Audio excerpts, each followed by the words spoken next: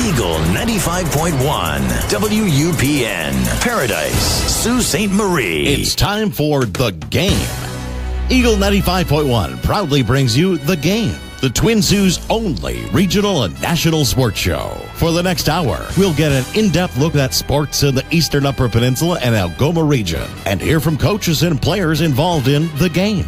Now, let's join Scott Nason at the Wicked Sister on Ashman Street in downtown Sault Ste. Marie, Michigan, for tonight's broadcast of The Game on Eagle 95.1. Time to play the game. Time to play the game!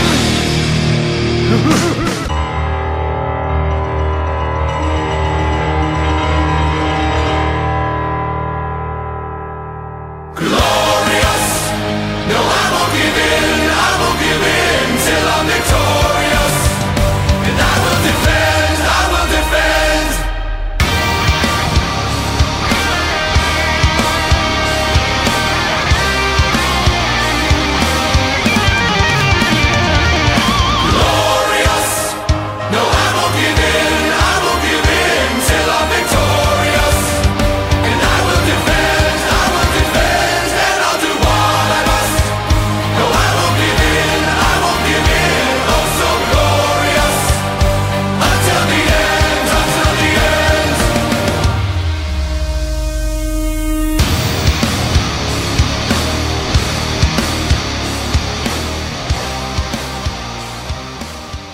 And salutations and welcome to The Game on Eagle 95.1. Scott Nason broadcasting from the Wicked Sister on Ashman Street on this snowy Monday night, 2 weeks before Christmas. Our broadcast engineers tonight, Katie Woolen and Lance Monroe.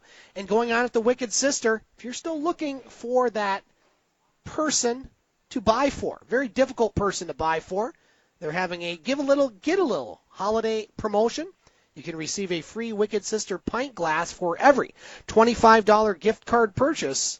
And also, Monday night, $1 off of draft pints. We'll be joined later on tonight by Butch Davis from the Telegram News. Also, we'll be talking Laker men's basketball with one of their assistant coaches. And we'll be talking about umpiring with one of our umpires from the area, Louis Krupa, joining us, talking about his journey into the world of umpiring in the minor leagues, and hopefully soon will be in the major leagues. But we are joined by our usual co-host, Mr. Electric Avenue himself, Dave McKeag. Dave, thanks for making the trek over, and good evening. Hey, good evening, Scotty. How you doing, my friend? Doing fantastic. We're also joined by E.J. Russell. Yo.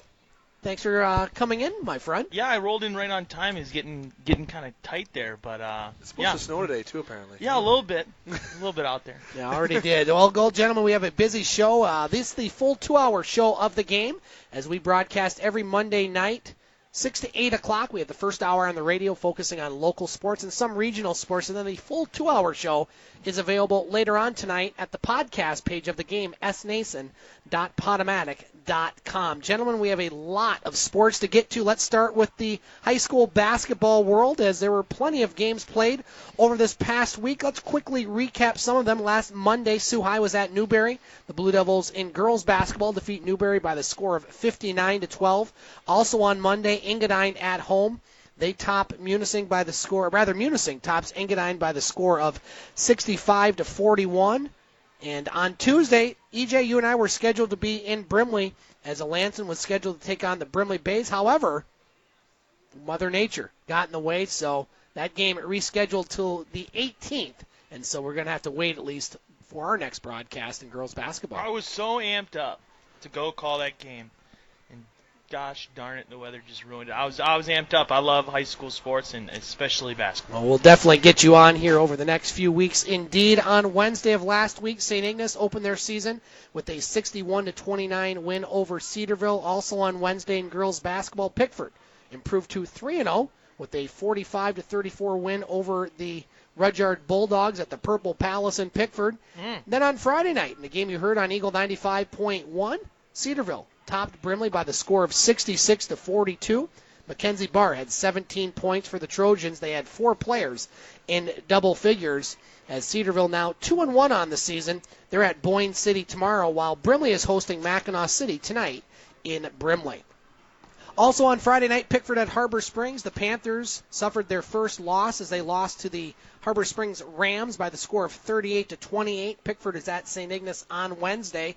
Speaking of St. Ignace, they improved to 2-0 in girls basketball as they trounced the Rudyard Bulldogs on Friday night by the score of 76-27. Keisha Davis had 24 points in that one, as St. Ignace will host Pickford on Wednesday, while the Bulldogs, 0-3 in girls basketball, will look for their first win at Cedarville on Friday. Detour falls at Engadine in girls basketball on Friday by the score of 46-24. Aubrey Simmons with 16 points for the Eagles, who are now 2-1 in overall, I should say, as the Eagles will host Brimley on Friday night, while Detour, now 0-3, will host Maplewood Baptist on Wednesday. Sioux High in action this weekend in girls basketball.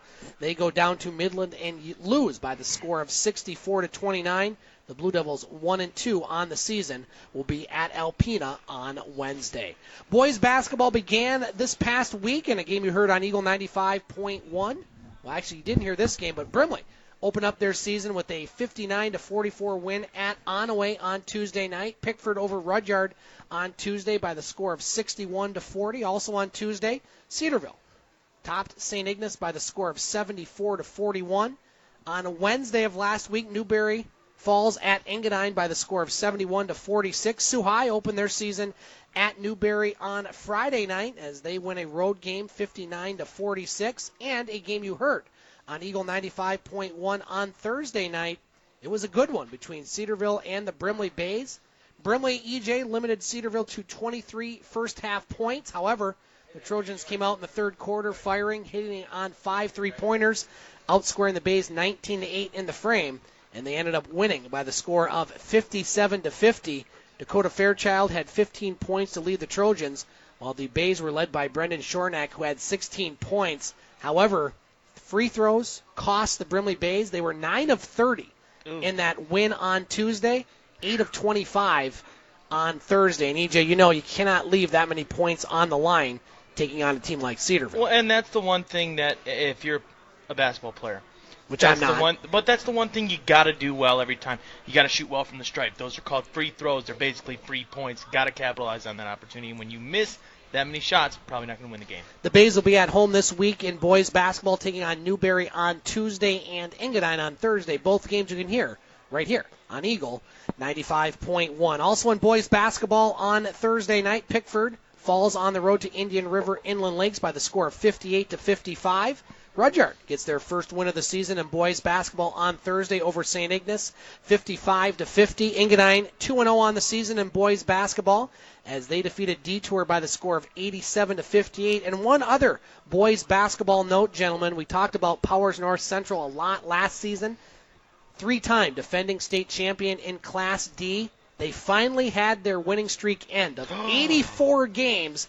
Granted, they lost almost everybody off that team last year as they lose to Rapid River by the score of 65-43, so 84 straight wins. Fire the coach. Yeah, fire the coach. No, I don't think so. So they didn't have any starters back from this year's or from last year's Class D championships. But hey, 84 in a row. I don't care what level, what division. That is an impressive streak, Dave. One that you look at the Greyhounds on such a good streak. 84 games. That's amazing. You know what? That's something that you treasure as a school, as an organization, whatever perspective you're in. When you lose that, it's upsetting. You don't want to be a part of that team when you lose that streak. But you know what? Good things do come to an end. That is a true thing. So 84 games, though, congratulations. That's amazing. The Jets, they're for real, and you know what? They'll bounce back from this. They're a good team. They've been winning lots and lots and lots of games. They know how to win. They have a recipe for that. They'll get right back to the winning ways. Absolutely. Sioux High Hockey was on the road this weekend at the D3 Challenge in Gaylord, Michigan. The Blue Devils lose their opener against Dearborn Divine Child by the score of 3-1. And then in a high-scoring affair on Saturday, the Blue Devils had 4 third-period goals. Drew Larson and Matt Thurston with 2 each, as Sioux High defeated Grosse Isle by the score of 8-6. So the Blue Devils 5-1 on the season. They get a rare week off and will be in action next week starting on Thursday, December 21st, as they will be down on the campus of Ferris State University taking on Big Rapids, and our own Tim Ellis will be making the trek downstate. Sioux Greyhounds. Dave, we mentioned they have a winning streak. Well, they won all 3 games this week, including Wednesday night at home against the Sarnia Sting, the team with the second best record in the Ontario Hockey League, by the score of 6-3. They also topped North Bay on Friday night by the score of 3-1. And then yesterday afternoon at the SR Center, the Greyhounds won their 17th straight game as they doubled up the defending Memorial Cup champion Windsor Spitfires by the score of 6-3. Boris Kachuk had his 26th and 27th goal for the Hounds. Matthew Villalta, 28 saves in net. The Hounds, a league best 26-3-2, will go for 18 in a row on Wednesday when they host the Flint Firebirds. Dave, we've said it week after week. This is one darn good hockey team, the Sioux Greyhounds. This is an amazing hockey team. I think this might be better than the team that we saw a couple years back when they had Richie, they had D'Angelo, they had those guys in. Even before in the days when they had Wayne Simmons all together. This is a Memorial Cup caliber team. This is a team that in Sault Ste. Marie, we got to sit and enjoy all this. Yeah. You know what the saddest part of it is? We say it every week. The attendance is still not selling out. I saw over 4,000 for Sarnia, but this weekend, what, low 3,000? Low 3,000s because people are watching the game locally. We've already talked about this being shown on TV. And they didn't have that option back when they won Memorial Cups in 93. Exactly, but you got to watch this talent live. It's not the same seeing it on TV than it is on live. This team is phenomenal. This team is gross. This team is sick. Whatever way you want to, whatever terminology from whatever generation you're in, that is the term you think of when you think of something great. That's what the Sioux Greyhounds define right now. And this winning streak is amazing. This is not a fluke. This is not a joke. This is actually a good team on that ice, forward-wise. I've said defensively they're good.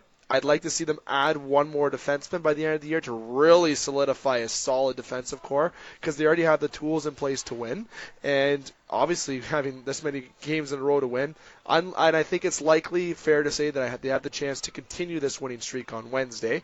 They're in a good spot to do so. Wednesday night at the good old Sault Ste. Marie, Ontario there. So at the SR Center. So I think the Hounds, people got to go and support these guys. You got to get out and enjoy this team because this is one darn good hockey team. Well, and you look at the stats, they got two players in the top 5 in league scoring in the OHL this season. Look at it Canadian-wide, too. Canadian-wide, they're up there, too. Right. If you went to that, but that's... The big number that sticks out to me is who's leading the league in shorthanded goals, and that's Boris Kachuk. Yep, 4. guy's amazing.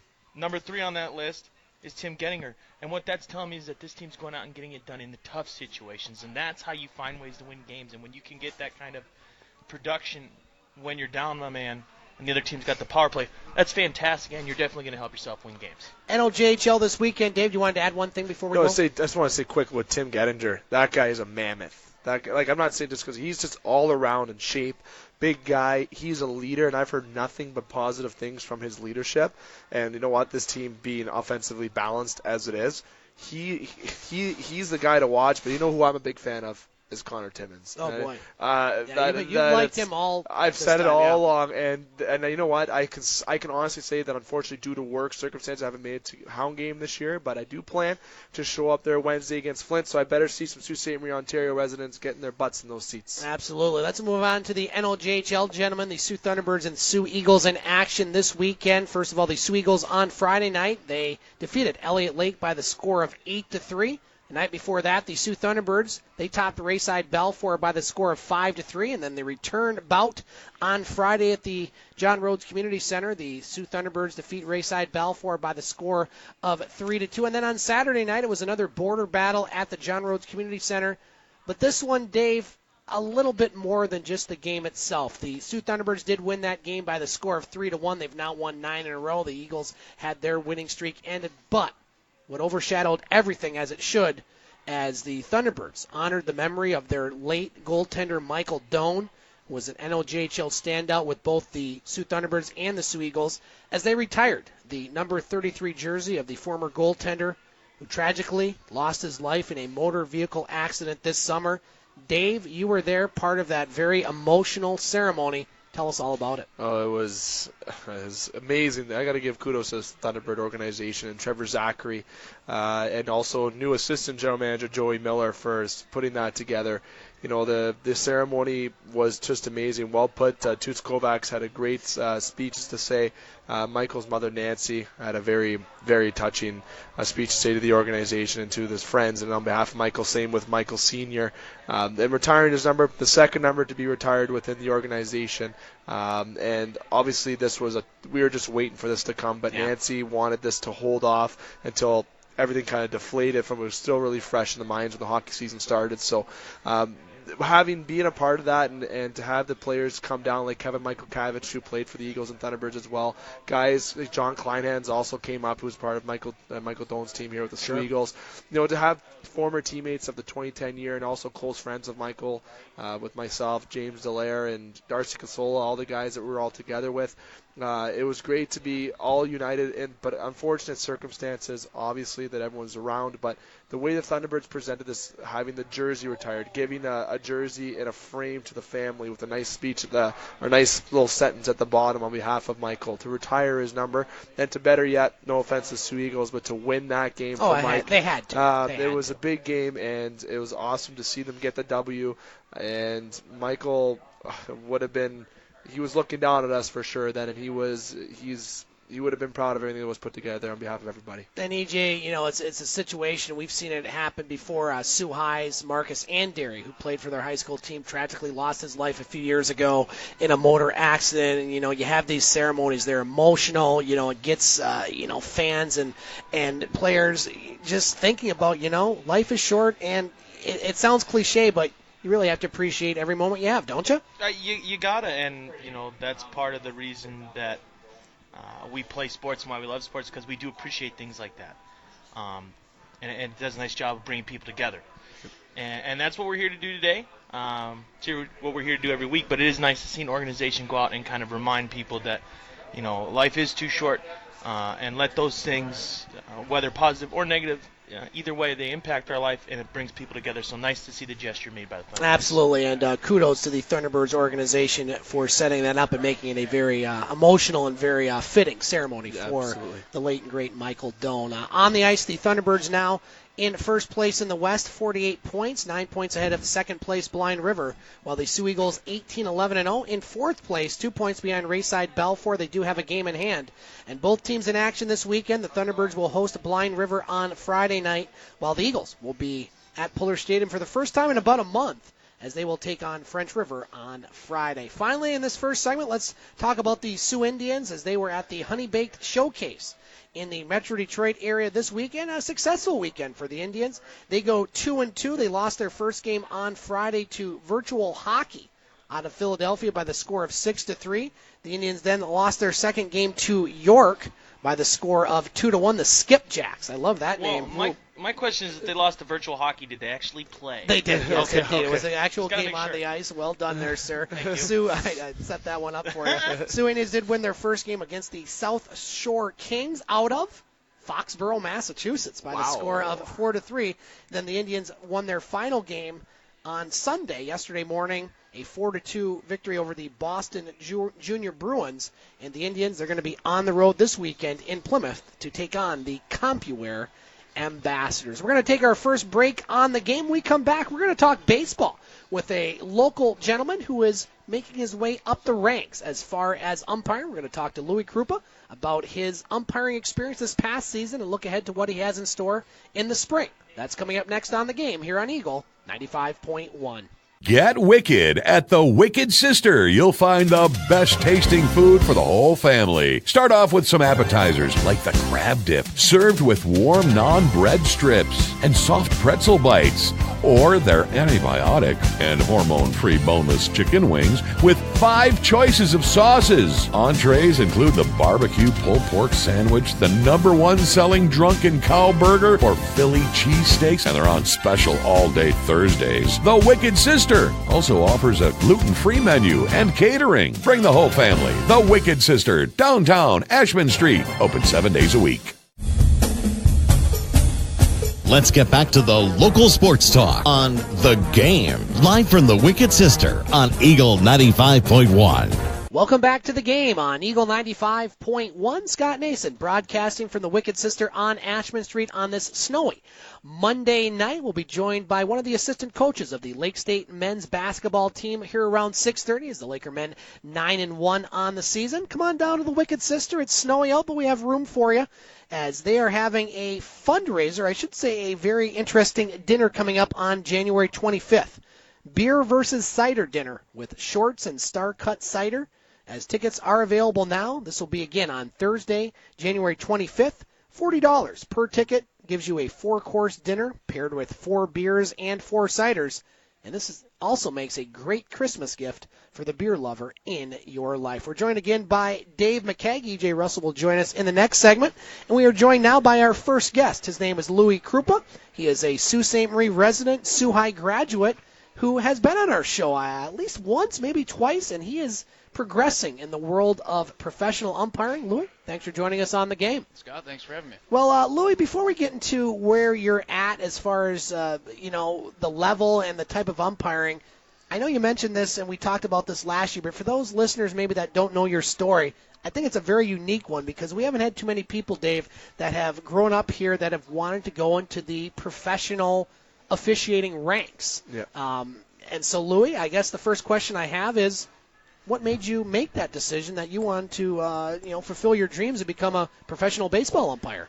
It really all started, I always grew up playing baseball as a kid, and there was this one umpire that I really got along with, and really took a liking to, and I wanted to be like him. So I said to myself, man, I want to try umpiring, and so I asked him. I said, hey, how do you go about doing this? And told me to sign up, and I did my first game, and I was 12 years old. And wow. Loved it ever since. Sault Little League? Yep. And then you progressed there, and you played Legion Ball, I believe, here Correct. locally there for, was it Greg Rambler or was it Billy Mitchell at that point? Both of them. Okay, so you had both, and so you played baseball, and then, you officiated some games locally. And then what was the next step you took? Obviously, I officiate games locally, but that's as far as I'm ever going to get. What step did you take, Louis, to get to that next level? When I was about a freshman or sophomore in high school, I found out that there was such thing as umpire school. Sure. And I was in Escanaba, actually, and my assistant coach, Dennis James, told me, he says, hey, go talk to the umpire over there. He used to be a professional umpire, so I went and talked to him, got information about umpire school and everything like that. And in 2014, I went to umpire school, and then I didn't make it, unfortunately, my first year, but I went back in 2015 and got a job out of it. So where is this umpire school located? The one I went to is in Daytona Beach, Nice. Florida, and then there's another one in Vero Beach, Florida. Now, is that like a boot camp for umpires, basically? Yeah. In a way? I would say so. It's a month long.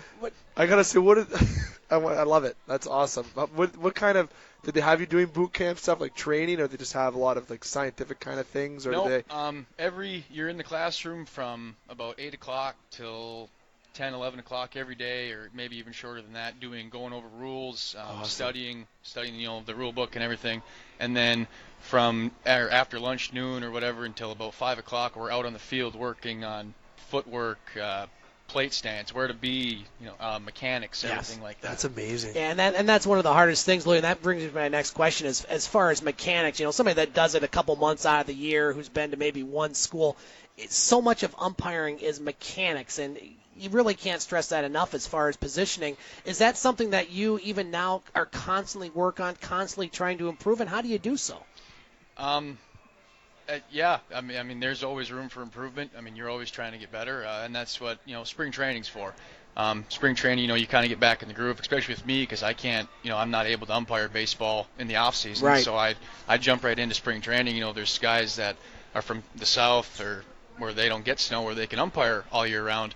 But it's just kind of a habit. You get right back into it, you get comfortable, and you're like, okay. This is what I was told to do last year, so you carry that over into spring training and just keep working on. So you go to your umpiring school, and then what's the next step? You get an assignment. What was the first level or place that you umpired at professionally? My first professional umpire or game was in Fort Myers, Florida. It was between the GCL Twins and the GCL Orioles. Well, you remember that one? I do. Okay.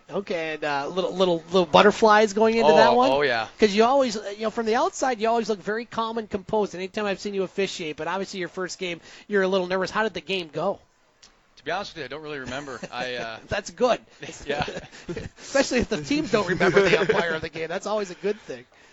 How about obviously the end goal is to obviously to go to the MLB level. Is that the obvious potential? Like how does that look like reachable to? Is there a certain progress you have to go through, certain experience you have to get before you get to that? Is there certain guidelines, or is it just they find you, they like what you do, and you get the opportunity? Yeah, it's just just moving up the ranks.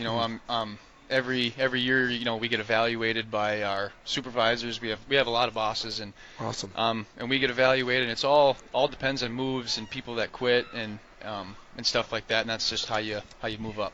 Louis Krupa joining us on the game, professional umpire from Sault Ste. Marie. So, Louis, this past season, what level were you at, and what was your experience as far as umpiring? I was in low A.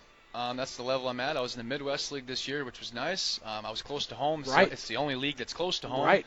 And so I got to see a lot of family and friends this year. I had a really good time, and this summer flew by because like I said, I seen a lot of family and friends, and they came and support me. I was very thankful for that. So you work with one other individual. Correct. And now does that rotate throughout the season, or are you usually paired with somebody for an extended period of time?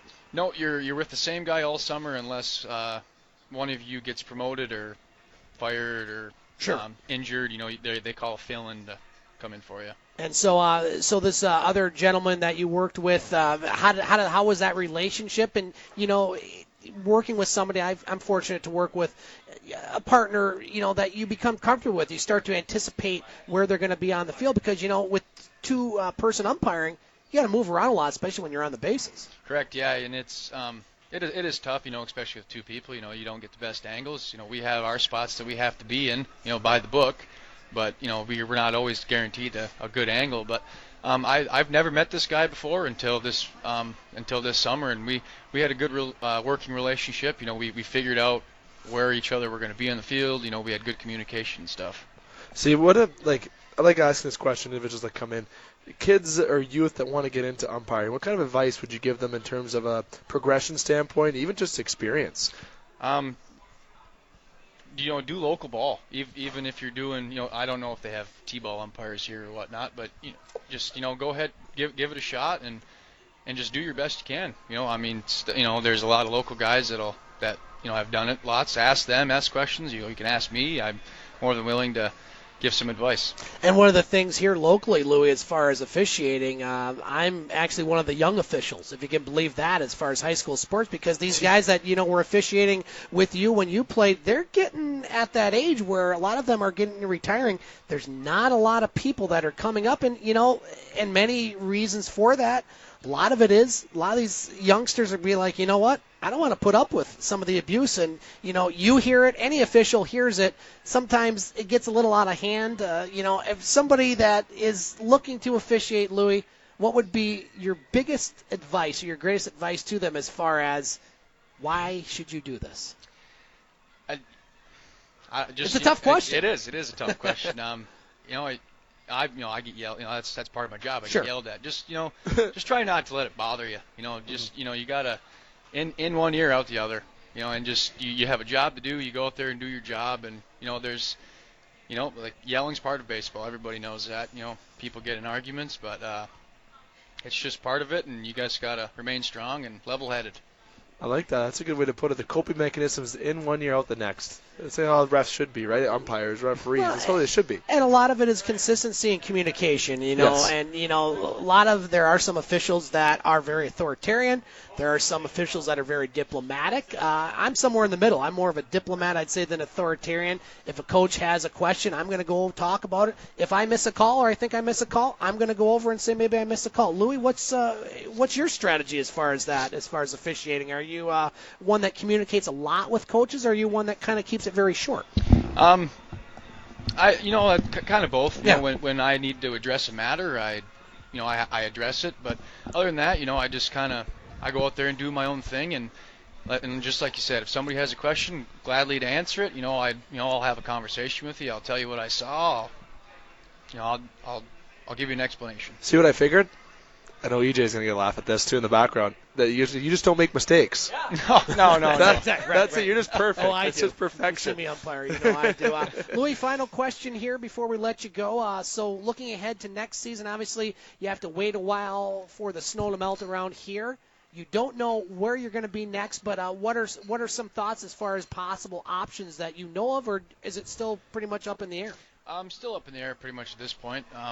Hopefully I'll be up in High A next year in the Florida State League or the Carolina League. Hopefully one of them two, and that's the ultimate goal. But if I start at Low A again in the Midwest League, I'm more than happy to do that. And hopefully, if that happens, I'll get the call and get promoted next season. Well, Louis, once you get that call, let us know here. We'll get you back on before you go. Best of luck. I think you have a very unique and very great story, Dave, as far as somebody that, taking a little different angle to the professional level. And he is well on his way, and I will not be surprised if I am heckling you in about 15 years at Comerica Park. I'll be nice about it, Louis. But, hey, thanks for joining us on the game. Dave, any final thoughts? Absolutely. If you ever want to come over to Sault Ste. Marie, Ontario, do a men's league game just for fun, just do a men's league game for fun, I'd welcome you and Scotty. That'd be a great Empire crew for a game, don't you think? I don't umpire with him because he makes me look real bad because he's really good. Louis, thanks for joining us on the game. Thanks for coming by. And we'll be back talking Laker men's basketball on the game here on Eagle 95.1. The Wicked Sister, Sioux, Michigan. Check TripAdvisor. Ranked right towards the top. Awarded the Certificate of Excellence, as well as voted #1 pub in the UP. The Wicked Sister has managed to create a casual menu that offers unique, creative, and sometimes healthy offerings that rivals menu selections of any big city. Burgers and starters, snacks and shareable soups and salads, sandwiches and tapas. On Ashman Street, Sioux, Michigan. Welcome to the Wicked Sister, where you'll be treated like family, whether you like it or not. Let's get back to the local sports talk on The Game, live from the Wicked Sister on Eagle 95.1. Welcome back to the game on Eagle 95.1. Scott Nason, E.J. Russell back at the Wicked Sister on Ashman Street on this snowy Monday night, the last game of 2017 as we will be taking a holiday break here over the next few weeks. Come on down and join us. You still have time to be part of the live broadcast. I want to thank our first guest, Louis Krupa, for joining us. Our broadcast engineers tonight, Katie Woolen and Lance Monroe. And here at the Wicked Sister, they're having a Give a Little, Get a Little holiday promotion. You can receive a free Wicked Sister pint glass for every $25 gift card purchased. And also, if you happen to come down tonight, $1 off of every pint. We'll be joined here about 6:45 by Butch Davis from the Telegram News talking all about the Detroit sports scene. But we're joined here at the Wicked Sister for the first time by one of their brand new assistant coaches, also the head coach of the junior varsity team, Ted Stowe, joining us on the game. Ted, thanks for joining us here at the Wicked Sister. Thanks for having me. Well, you are coming off the road, a very successful road trip for the Laker men. The Lakers now 9-1 on the season as you had a pair of wins this weekend. First of all, on Thursday at Saginaw Valley State by the score of 64-52, and on Saturday, the Laker men took care of Northwood by the score of 92-76. Before we get into some of the details, Coach, nice road trip for the Laker men. Absolutely. Winning on the road is never easy, so it's always great to walk away with 2 wins. And played really well, had some tough goes on the road early, tough starts, but battled through, and I'm really impressed with the way our guys played. Yeah, this team, EJ, 9-1 on the season. Lakers men have had a very successful program over the last few years. I don't remember any of those times they've started the season so hot, 9-1. And Coach, what is the key to the Lakers' early season success? Obviously, you have a lot of good returning players, but it just seems to be a very good nucleus of players on the bench, starting lineup. I mean, this is just a really good team at this point. Absolutely. That's been one of the biggest things actually on this road trip and our last wins. The thing that's won it for us is our bench. We've had a lot of great contributions. We had different people start, different people step up for us. I think in the last 4 games we've had 9 to 10 players score in every game. Yeah. So we're getting a lot of contributions from across the board, and that's really what brings it down for us for being such a great team is we play like the better team when we're out there. And everyone in the GLIAC, everyone's talented, but it's always who comes together and plays better as a team, and that's what we're doing right now. And EJ, when you roll 9-10 deep at any level in basketball, it gives you such an advantage over those teams that depend so much on the starting lineups. Do you have any questions for Coach Stowe? Well, and I think you're cheating to my question, but we'll work our way there, which is, most teams, when they have a lot of success, they have that, that sixth man, like a Manu Ginobili comes off the bench for him. I'll use the Spurs as a reference here. Who are kind of your go-to, maybe 2-3 players, whoever you want to give credit to here, that come off that bench that really bring in that new fire, or a guy that you can look at that really does a good job of changing the way that you guys can attack a team? Absolutely. And Manu Ginobili had a big three the other day. Yes, he did. Yes, he did. One, for our Spurs. But no, actually, we have a couple guys. One of them for sure is Malik Adams, sophomore, playing really well this year. He's our first guard off the bench usually. And right now I think he's shooting like 60-some% from the field. I mean, playing tremendous defense and moving the ball, and he's been doing really well for us. He's one of those guys when we put out there, the pace of the game sometimes changes, and he makes big plays. We always say he has a way of knack having his nose around the ball. And then we have a freshman too, Rod Stein, who's coming off the bench. He's our first big, usually off the bench too, just comes in and just plays really hard, and is a very smart, intelligent defensive player, and rebounds the crap out of the ball. So he's very. I mean, they both bring a lot of energy, and continue on. Not so much as just always bring their own stuff as well, but they do such a great job of playing our brand of basketball off the bench, which is sometimes tough to do. Ted Stowe joining us on the game, assistant coach of the Laker men's basketball team. Now, Ted, this is your first season as assistant coach for the Laker men. Before I get to the current coaches that you're working with, obviously this is a pretty lucrative job as far as Division II men's basketball programs. What did you know about Lake State before you got here, and what really enticed you to come up? Actually, I coached before at Spring Arbor University, and the head coach at Spring Arbor University is really good friends with Steve Hettinger. That always helps. Absolutely, and so I know their program. We actually came up and played them in an exhibition match back in 2013 when they won their GLIAC title. We were actually there we were the game for the ring ceremony back then. Okay. Got absolutely destroyed. It was a really, really good team back then. But always kept an eye on the program, and I've always had a great amount of respect for Coach Hettinger and the program as well. So when he was originally looking for this position, he didn't open it up publicly. He actually contacted friends, and first on the list was my former coach at Spring Arbor, and so he called, and my coach put my name up for it, gave me a phone call and said, would you be interested?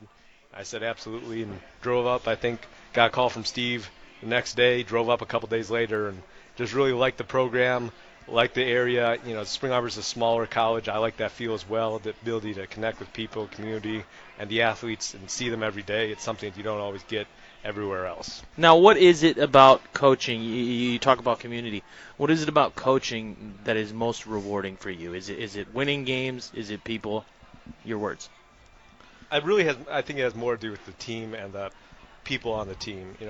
Everyone loves to win, and you hate to lose as well, but winning is that much better when you really care about the people and are invested in the people that you're involved with, and losing hurts even more when you care about the people as well. I think that's really what amplifies everything, because everyone wants to win, everyone wants to lose, but if you got a team that you really love, and like you said, a community, we really have a great family within our team, that makes everything that we do just all the more important and all the more worthwhile. Now, and I always love to hear what coaches have to say about this, if your players had to describe you as a coach in one word, what would that word be?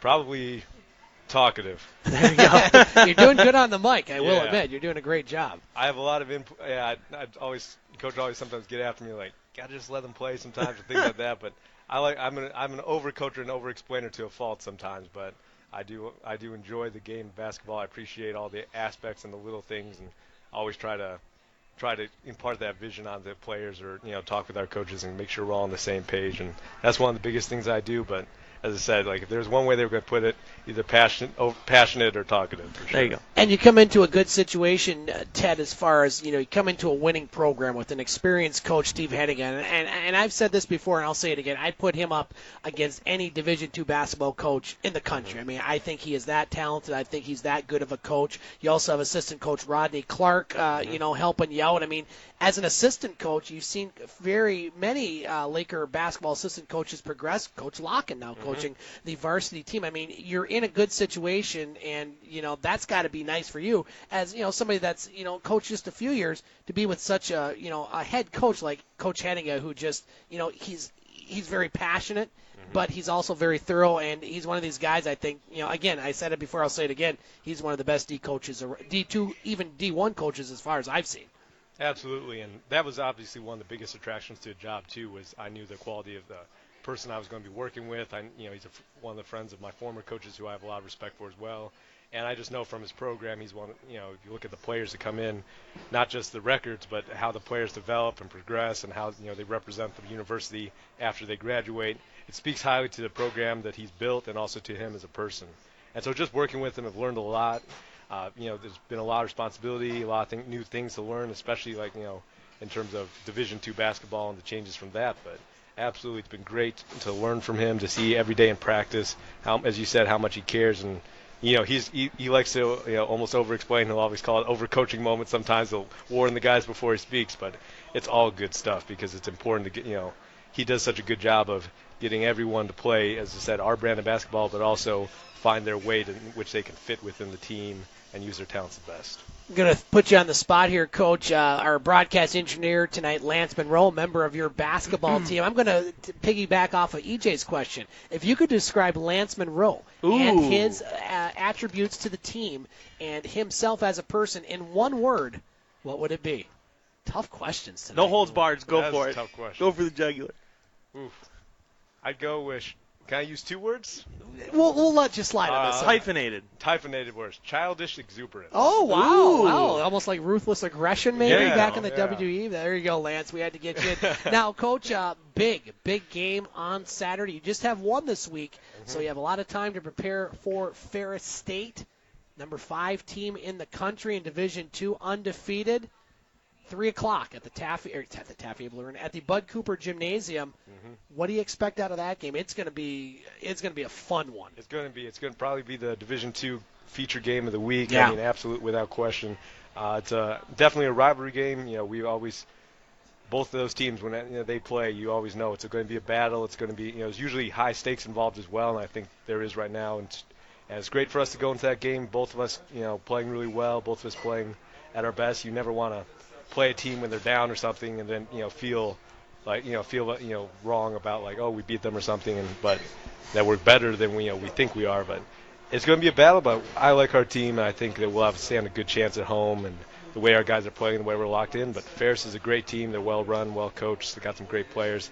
I expect it to be a fun, competitive match for sure. Now, when other coaches they go and they see Lake State on the schedule, how do you think that they view you? What's the one thing that when people talk about Lake State men's basketball that you hope they talk about? I hope that they talk about our team play. That's the biggest thing, when we show film clips to our guys, or when we bring recruits in and show them what our team is about. It's always about our team play. That we want to be known as a team that's going to make an extra pass, a team that's going to help guys off the floor, the team that's going to step in, take the charge, make the team plays, because that's really the more important thing, is that you sell people on your program. It's not the individuals in the program, but the team that the individuals make. And so I think that, hopefully that's what people see in our program this year, and hopefully that's what we continue to be throughout the rest of the season. Ted, final question for you before we let you go. Your duties are just exclusively to the Laker men's varsity team, but you're also the head coach of the junior varsity team, I believe. Tell us a little bit about that team and who you play and how that's going. Right now, the team we played 3 games right now. We've played a couple JUCO schools in terms of Alpena and Bay College. We played also Grace Bible JV. It's going well right now. The guys are getting better. It's tough playing varsity teams like Alpena and Bay College. As a JV program, especially in our first year with the new coach, we had some turnover in terms of our personnel and stuff. But we're poised. We have 4 more games coming up next semester, and our guys are getting better. And we got a couple guys that were banged up a little bit, but get them healthy. And more importantly, the guys just have fun when they play. And I always stress that to the guys. Before the game, I always tell them smile, because guys, tonight you're playing college basketball game. Not many people are doing that night. Ted Stowe joining us on the game, and one of the assistant coaches for the Laker men's basketball team. Again, Saturday, 3 o'clock, Bud Cooper Gymnasium. The women play at 1, so catch a Laker doubleheader. It is a great value for your buck. Kids get in free. And I am definitely going to be taking advantage of that on Saturday, as the Lakers will take on Ferris State. They'll also be at home a week from tonight against Algoma. Coach, best of luck against the Bulldogs. Best of luck this season, as EJ, you and I got to get to one of these games, because this is a very, very good Laker men's team, and they are looking to make not just a run in the GLIAC. You guys want to make a run through the D2 tournament, don't you? Without question. That's our goal, long-term goals for sure. Thanks for having me. Thank you. Look forward to seeing you guys I'm later. all for it. I'm up for seeing these guys play. They sound pretty good. Yeah, we will. Thank you again, Coach, and we'll talk to you soon. Thank you. And we'll be back with our final segment of the game here on Eagle 95.1. Get wicked at Wicked Sister. You'll find the best tasting food for you and your family. Start off with some wicked appetizers like the crab dip, served with soft pretzel bites and warm non-bread strips, and delicious boneless chicken wings that are antibiotic and hormone free with 5 choices of sauces. Try the barbecue pulled pork sandwich or the #1 selling drunken cow burger and the chicken caprese flatbread. Check out the Wicked Sister gluten-free menu and catering. The Wicked Sister, downtown Ashman Street, 7 days a week. Let's get back to the local sports talk on The Game. Live from the Wicked Sister on Eagle 95.1. Welcome back to the game on Eagle 95.1. Scott Nason along with Dave McKeag and E.J. Russell, broadcasting from the Wicked Sister on Ashman Street 2 weeks before Christmas. As it is a Monday, December 11th, on a snowy night in Sault Ste. Marie. Now, gentlemen, this is our final broadcast of 2017 due to holidays and holiday commitments. We will not be back on the air till January 15th, if you can believe that. We got a few weeks off there, EJ. Are you okay? I'm not doing any more of these this year. This isn't fair. You're done. No way. I hear applause from some sections of the crowd, but we love having both of you on. Thank you guys for joining us and making this show what it is. It wouldn't be the same without you two. Scott, I just want to give you an early Christmas present. You are the quarterback. I don't know what you're talking about. You're the Aaron Rodgers over here. EJ is the Antonio Brown, Wait, hold on. and I am the Le'Veon Bell here. But I'm playing this week, not next week. Ah, that's true. Nice. Join us down at the Wicked Sister as coming up on January 25th, a great Christmas present idea. If you have somebody that you're still shopping for, you don't quite know, on January 25th, which is a Thursday, the Wicked Sister is having their beer versus cider dinner with shorts and star-cut cider. Tickets are available right now, $40 per ticket, which includes a 4-course dinner paired with 4 beers and 4 ciders, a great Christmas gift for the beer lover or cider lover in your life. Want to thank all our guests so far. Louis Krupa, professional baseball umpire, along with our last guest. Nice Ted Stowe, assistant coach of the Laker basketball team. It's again the Lakers in action on Saturday, taking on Ferris State. And what was his 2 words that he described our broadcast engineer, Lance Monroe? Exuberance. Childish exuberance. That's his nice way of saying that he clowns around too much. Lance is a great guy in broadcast engineers tonight. Lance Monroe and Katie Woolen. And I don't know if EJ knows this. Me and Lance have a planned one-on-one game. Yes, indeed. My money's on Lance. Yeah, I think in good shape there. Don't forget the game, a full 2-hour show. We'll have the second hour online later on. The full 2-hour show, go to the podcast page, snason.podomatic.com. A couple other local sports notes, guys, as Laker women's basketball, we didn't mention them. The Lakers go 0-2 on their road trip, losing on Thursday by the score of 89-60. And then on Saturday, the Lakers lose at Northwood by the score of 78-61. So the Lakers will be in action on Saturday, taking on Ferris State. That game set to start at 1 p.m. And Laker hockey at home this weekend. Tough weekend for the hockey Lakers. They lose to Minnesota State on Friday by the score of 5-1, and then lose at home to the Mavericks of Minnesota State on Saturday by a 7-0 count. So the Lakers struggling right now in the hockey department, 4-11-3 in 9th place in the WCHA, as they will travel to Michigan Tech this weekend to take on the Michigan Tech Huskies and won't be home until January 5th against Bemidji State. Lakers right now, Dave, struggling on the ice. Very much so. Very surprising on this fact. I actually thought they would be better off this year out of the gate, but you know what? Hockey is a very weird sport, just like it is with baseball and football. Anything can happen. Any team can win. These are NCAA hockey players that know how to play hockey. These are players that deserve to be there and have earned the right to be there. Lake State has not been as successful as maybe some people thought. Not saying they were going to be a top team by any means, but being 4-11 is not really what we expect, I think it's fair to say. So definitely out of the gate, there's not too much impressive stats to state here from Lake State's behalf. Absolutely. We were expected to be joined by Butch Davis, but unfortunately Butch could not join us. He's heading down to Joe Louis Arena right now as the Wings will take on the Florida Panther. Joe Louis Arena. Wow, I did that, didn't I? You did. Well, you know what? I wish they had the Joe Louis Arena. At least there were seats that were filled in Joe Louis Arena. Unlike this, God. I gotta say, guys, and I haven't been there yet, so I'm just gonna say this.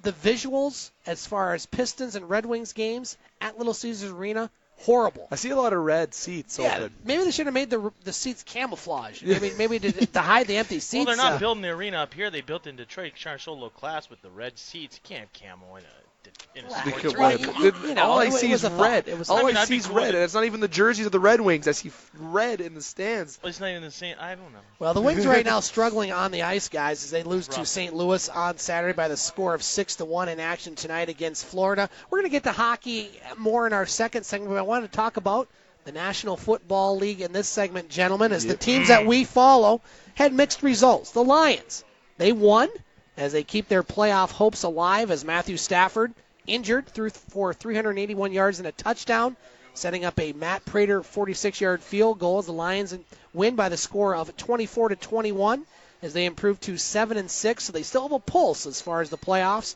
They'll be at home on Saturday, a rare Saturday game to take on the Chicago Bears. Green Bay and Cleveland. Oh, don't. Cleveland was there. They were up 21-7. My Suns were not happy, but the Green Bay Packers come back. Brett Hundley throws a 25-yard touchdown pass in overtime to Devontae Adams, leading the Packers to a 27-21 victory, as now the Packers 7-6. So they are the same record as the Lions with the same playoff hopes. They'll be at Carolina on Sunday, and the Pittsburgh Steelers in a shootout defeat the Baltimore Ravens on Sunday Night Football by the score of, was it 39-38? Come back for the Steelers. 66 pass attempts by Ben Roethlisberger. The Steelers now 11-2. 5 yards. So not a whole lot on the Lions here. The Lions, do what the Lions do. They keep it interesting. EJ, Cleveland, they were there. Hey, you know what? We said that was going to be the game they won. We're consistent. We found a way to blow it. By on losing, yeah, you find a way to consistency. This is honestly, and people have asked me, we've had this as a conversation about whether or not to bring back Hugh Jackson next year. Yes, don't bring back Kaiser. And I've been very vocal about give him another shot. This has to be the first game where I sat down, and honestly, when it was over, I said, I fire him. The words came out of my mouth. As soon as the game was over, I said, fire Hugh Jackson. Because when you're up 21-7, with as many... I don't want to say that our team's great, but with as many good pieces as we have on defense, guys like Myles Garrett, linebackers like Christian Kirksey, we have Jamie Collins is out right now. Josh Gordon. Devin McCourty back there. Josh Gordon, that's legendary. the highlight for the Browns weekend is that in his first game back, First Energy Stadium, in front of the Cleveland fans, got a touchdown. Played him in every fantasy league. Very happy that I did. He is a game changer for the Browns, and obviously he's putting them in the situations to win. But if you're the Browns head coach, you got to find a way to put it away there. And they just didn't do that. And the issue for us was special teams allowing big punt returns. You have to play defense and show up. But honestly, and I'm still mixed about whether I actually want him gone or not, but the words came out of my mouth, fire Hugh Jackson. Kaiser. Wow. And didn't he just get like a blessing there? Or they fired the general manager? They fired Sashi Brown, brought in John Dorsey, who's a guy that has found a lot of good NFL talent. Guys like Aaron Rodgers, Alex Smith, Tyreek. I mean, a lot of these guys that they're good football players from the Packers and the Chiefs over the last couple of years, and players that you make a difference in that lineup. Hello. So it's good to see him coming to Cleveland. Jimmy Haslam, the owner of the Cleveland Browns, has said that he thinks that these guys are going to be really good for each other, thinks that they have similar mentalities. And I think they do when you look at the way the Chiefs have played football over the last couple of years and the way that Hugh Jackson's Cincinnati Bengals offense was good over the last couple of years. I think they'll blend nice, but something's got to be done. Somebody's got to go after that kind Kaiser's of got to go. Yeah, gentlemen, I think we might have Butch Davis on right now from the Telegram News. Butch, are you with us? Yes, I am. Hey, we got you on, my friend. I was a little worried there. I know you are in travel. So, Butch, we were talking about the Detroit Lions as far as their victory on the road, 24-21, keeping their playoff hopes alive. Real quick, your thoughts on that game? On the Detroit Lions? Yes, sir. they're lucky to be alive right now here. They're really serious there. And a lot of turnovers that you saw in the game, but again, they're lucky to be alive there. They let Tampa Bay in that doggone game too doggone long and too doggone strong, and it's going to come back and bite them. Butch, let's move on quickly to the Pistons. They lose at home to Boston on Sunday. The Pistons losers of 6 in a row. Pistons, Red Wings right now both struggling, and both struggling at home this weekend. I had a chance to have a little chit-chat with Stan Van Gundy last night after the game, and he says basically simple, key teams are catching up with them now. They're panicking. They're not consistent. They're not comfortable anymore. And they're now going to have to figure it out. Let's move on quickly, Butch. Here we have a couple minutes in the first segment. Good news, at least for a couple Detroit Tigers, as Jack Morris and Alan Trammell will be in this upcoming year's class of the Baseball Hall of Fame. Personally, I thought Lou Whitaker should be in there, maybe even had more of an argument than those two. Your thoughts on the Baseball Hall of Fame? Well, the Baseball Hall of Fame is, again, congratulations to the two who got in. Many in the metropolitan Detroit area feel that Lou Whitaker should have been in. Probably got in before those two got in there. But again, the wizardry that he brought to second base is you can't describe. It's a good thing, but again, it's a sour thing. Hopefully, Whitaker will show up when these two are inducted. Butch, you're going to join us in hour 2. Before we let you go here on hour 1 on the radio, what should our listeners expect from you this week as far as games you're covering and where they can find more of Butch Davis? Yeah, warnings that Skype changed their configurations now and whatnot. Oh, here. yeah, yep. It's a beautiful thing here. Beautiful looking and all here. I'm quite ready to push the button. But this week, we're going to go downtown the 16th and check out Michigan State and Oakland, and also University of Michigan and Wayne State, I think, here in the particular game down there at the Little Caesars Arena. You say Joe Louis again here, but that's I did that earlier. Yeah, we'll keep doing it too, probably here. Just that name just linger until they blow that place up. I guess I don't know. Butch Davis joining us on the game abbreviated edition, but Butch, you're going to be along for hour 2 for the full show. Thanks for joining us, and we will talk to you here in a couple minutes. All righty, thank you. Time to play the game. Time to play the game.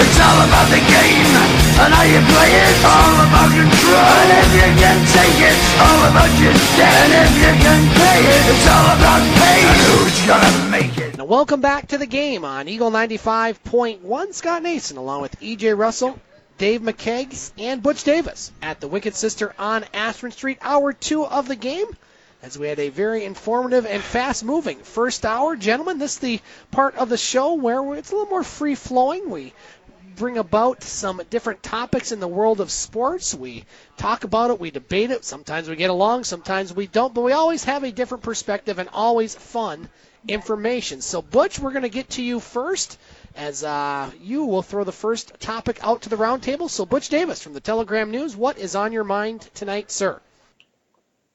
I went blank. My brain froze. I don't know. Oh, boy. It was, the instant replay. Let's look at that here. Yesterday, a lot of instant replays were done, a lot of injuries there, a lot of concussion protocols were there. Is the instant replay doing its job? Yes or no? E.J. Russell, instant replay. Lots of it yesterday. What's your thoughts on it? Is address Butch's topic. Is it doing its job? I think so, absolutely. And I think it is a necessary evil in sports. There are some things I am a fan of being more reviewable. There are some penalties that occurred yesterday. Specifically want to talk about the Mike Evans. There was a penalty thrown on, I can't remember who the defensive back was. Was it Grover Quinn? I can't remember who's playing man up there. But the ball came downfield. Mike Evans he pushed off and then was interfered with. And I'm not at all saying that there wasn't defensive pass interference, but I absolutely believe at the same time there was some offensive pass interference as well. So I think some penalties perhaps should be considered or for review. But I do think that the NFL does take too long when they do reviews.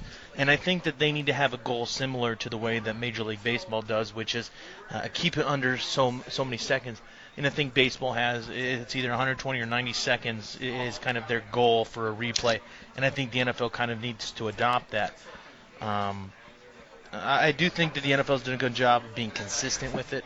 I'd just like to see them shorten it because they are using it more and more because as you get to this point in the year, the games do mean a lot more and more because let's be honest, if the Browns beat the Packers, nobody cares if the Browns get one extra review there because we're not playing for the tournament at the end of the year.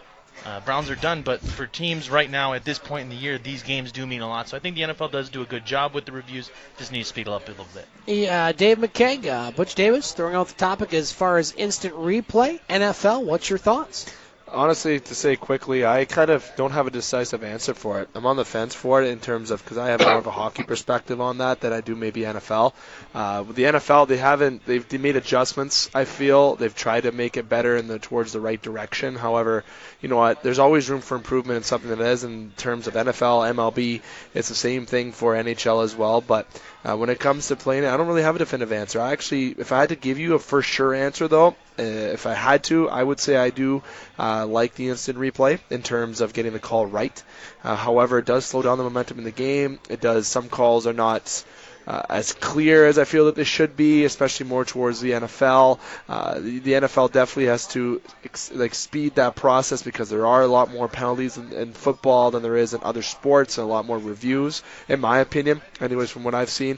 So I do like it, but there is a time where I feel that they need to make the process a little bit better, so that's why that's my no answer to it. So I'm going to stick to my answer, Stan. I'm on the fence with it. Well, I'll go next, gentlemen, and, I think it's a necessary evil. I think, EJ, you might have said that. I think that's a good way of putting it. I mean, the technology is out there. I do like the fact that scoring plays are reviewed. I think that is a good thing because, does it stop the game a little bit? Yes, but the game has already stopped. You're kind of delaying the extra point. Where it gets tricky is, obviously the catch is out of bounds, 2 feet in. Those goes without saying. Although I must say that the replays in Buffalo and Indianapolis in that game yesterday, very very familiar to fans up here. And Butch, that was the visuals of the Buffalo Indianapolis game that was awesome. Was just absolutely incredible to watch. I love snow games, but I'm getting away from the topic. Yeah, I think that instant replay is necessary for those type of plays.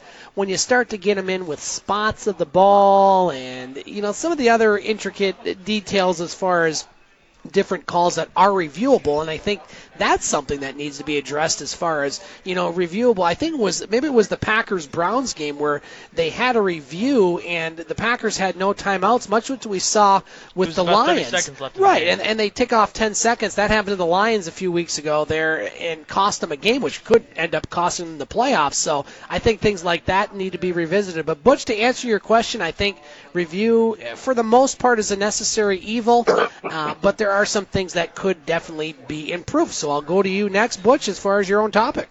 Okay, the Packers game, guys noticed very well there in that particular game. That was a good one there. The Bills game, where all that snow was out there, boy, that was a lovable game. That got my heart, boy, warmed up there because it's cold, it's nasty, there's nothing you can do about it. But the shots were incredible. The game I'm speaking of is the Houston game where Savage was involved, where he was knocked out. He was brought into a tent. He passed the protocol for concussions, but it clearly showed when he got knocked down that he was in convulsions there. And once you're in convulsions, that should be a no-brainer that he should not go in the game, back in the game, period. Well, as it stood, they put him back in the game for only one play and then took him out and put him on the concussion protocol, being that particular play was not available for people on the sidelines, but it was available to the judges who allowed him to go back into the game. So, do the system good? No, it's not. And first of all, the guys who were in that Houston game, they all should be fired, okay? Because they got shots that the general public gets, we get, also shots of the whole television crews, and then some with the NFL cameras out there, which are many, okay? They have the shots of those particulars as well, plus cameras that got hid in the pylons, in the ground, sort of all of the little sky view shot. They completely failed on that one. And again, one big mistake, and I heard the press conference this morning with Houston's coach O'Brien coming out there explaining that they don't get that particular scene on those Microsoft charts that they are able to look at things or replays or whatever it may be. So yes, the system has to improve itself. Yes, those gentlemen should be fired. Yes, there's not enough to go on, and that needs to be revisited and how they do things. It does take exactly too long to get a replay of something that is very well relevant when the crowd see the replay, and they supposed to be getting the same replay from the same party. Yeah, that's a great point Butch brings up, gentlemen. You look at that Tom Savage. I mean, Butch said it best. I mean, that was tough to watch, to be quite honest. Well, and I think most people would agree with when you saw that moment on TV. It was a no-brainer. He should have been removed from the game. My only concern here, and I don't want to say concern, comment, maybe in defense of the coaches, and I try to come up with, okay, why was he allowed to return to the game? And my thought is, the view had to have been obstructed. I would hope so. Where those coaches and doctors did not see that happen, because he did come back, they put him in the tent, and he passed that protocol. And that's a doctor that is not affiliated with the NFL or any team in any way. And there has to be some kind of area that you walk in. I don't know exactly what I'm trying to say here, but there has to be a moment where somebody maybe from the booth can phone down and go, he's done. Yeah. Here's what we saw. Look at your tablet. Here's the tape. He's done. No way. Dave, did you see the... I'm sorry, go ahead. I just don't know if that's possible. Dave, did you see the Savage incident there? See, I got to go and say that the doctor that's down there, if he cleared him to play, I'm sorry to go on the other side of it. If he got cleared to play, then he's good. I'm like, it's the same thing for hockey. I'm going to go to the hockey. I'm going to go to the other sports route as well. They have the same concussion protocols. They have doctors that aren't affiliated with the organizations to give a biased standpoint. It's a doctor who is certified on behalf of what's to make a call. Sure, they hit what looked lethal. Like, it looked like he'd be done. But if he passed the minimum requirements, you can't fight that. So was it the right call? Yes, to play. Was it the best idea? No. That's when you as an athlete got to make the right call. If you know you're good to play, I know every athlete's going to have that stubbornness in them to be like, yes, I'm ready to play. I need to play in this game. Look at Wentz yesterday. Played with a torn ACL and threw 2 touchdowns after having a torn ACL in the last second half there. So the players are stubborn. Athletes are the most stubborn people you ever meet, and I'm one of them. And I'm not saying I played junior hockey, so I'm not a professional athlete. I thought you were just saying stubborn. I'm going to agree. Yes, I'm stubborn, very stubborn. But you want to play because you're an athlete and you love playing. You don't want to miss any time. Mm-hmm. But at the end of the day, that final call to the doctor saying, "Look, he passed it, and he said he's good." Gotta let him go. Yeah, the visual spoke everything to me. Butch, final thoughts on your topic before we go to E.J. Russell for his. Well, Dave made a valid point, and to correct EJ on that, all doctors are NFL approved when they're on the sideline. So they are affiliated with the NFL in some way, shape, form, or fashion, or the team, and both. So that don't fly here. What flew is again, and Dave made the excellent point, there are times that players go out there and try to talk themselves and talk their way back into the game. That should not be an exception to the rule. The doctor has all full control and all full rights to pull a player at any point in time. In this case, yes, the doctor should be fired too if he approved that. I again reiterate that the coaches does not get to see the actual play that develops unless they turn and to put their attention to the scoreboard, which that play that they show on the scoreboard is an NFL approved play seen by the broadcasters as well as the people in Secaucus, New York, where all this stuff will be coming out. And then there's another rule that we haven't even talked about yet, that there are NFL replays officials in almost every stadium here, okay? So there's another point of view that those particular individuals should have a right to see the play, see the convulsions on the field, get it to the field, to the doctors or whoever may be concerned or responsible for it, and get that taken care of. There was no reason Savage should have been put back in that game. O'Brien explained it very well. He said he didn't see the play. I believe him, okay? However, the doctors checked them all out in that particular, and in 9 times out of 10, they take the player to the locker room instead of that little tent. You can't allow the players to talk themselves back into a game, which many of them will probably do in the first place, and still go out there. There's people on the sideline, normally when you get hit like that, will pull you back, okay, and take your helmet, which is a grand signal saying that you're not going back in the game. And I've seen it done many times in person as well on camera, on television. So that crew should be fired. Great topic, Butch. Let's move on to E.J. Russell, joining us on the Team Wireless Hot Seat. E.J., what topic would you like to bring up to the roundtable? Dave, I'll have you go first. I'll take next crack, and then Butch. And I don't want to say change topic, but let's redirect a little bit. A couple of key injuries this week.